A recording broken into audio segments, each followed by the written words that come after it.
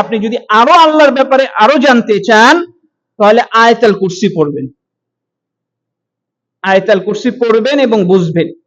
আল্লাহ রাসূল সাল্লাল্লাহু আলাইহি ওয়াসাল্লাম বলেছেন, কেউ যদি আয়াতুল কুরসি পড়ে, তাই না, সূরা বাকারার 255 নম্বর আয়াত, এটা যদি সে আপনার প্রত্যেক ফরজ নামাজের পরে পড়ে, প্রত্যেক ফরজ নামাজের পরে, তাহলে তার কাছে তার আর জান্নাতের মধ্যে মানে দূরত্ব হচ্ছে মউত, সে মারা যাবে আর জান্নাতে চলে যাবে।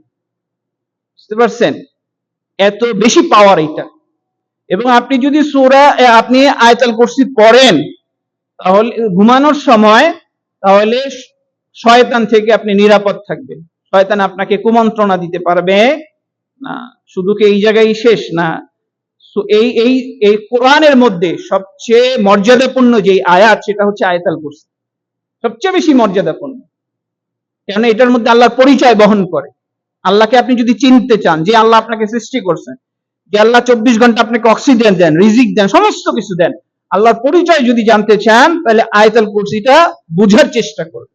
আল্লাহ তাআলা বলতেছেন, আল্লাহু লা ইলাহা ইল্লা হুয়া, বলতেছে লা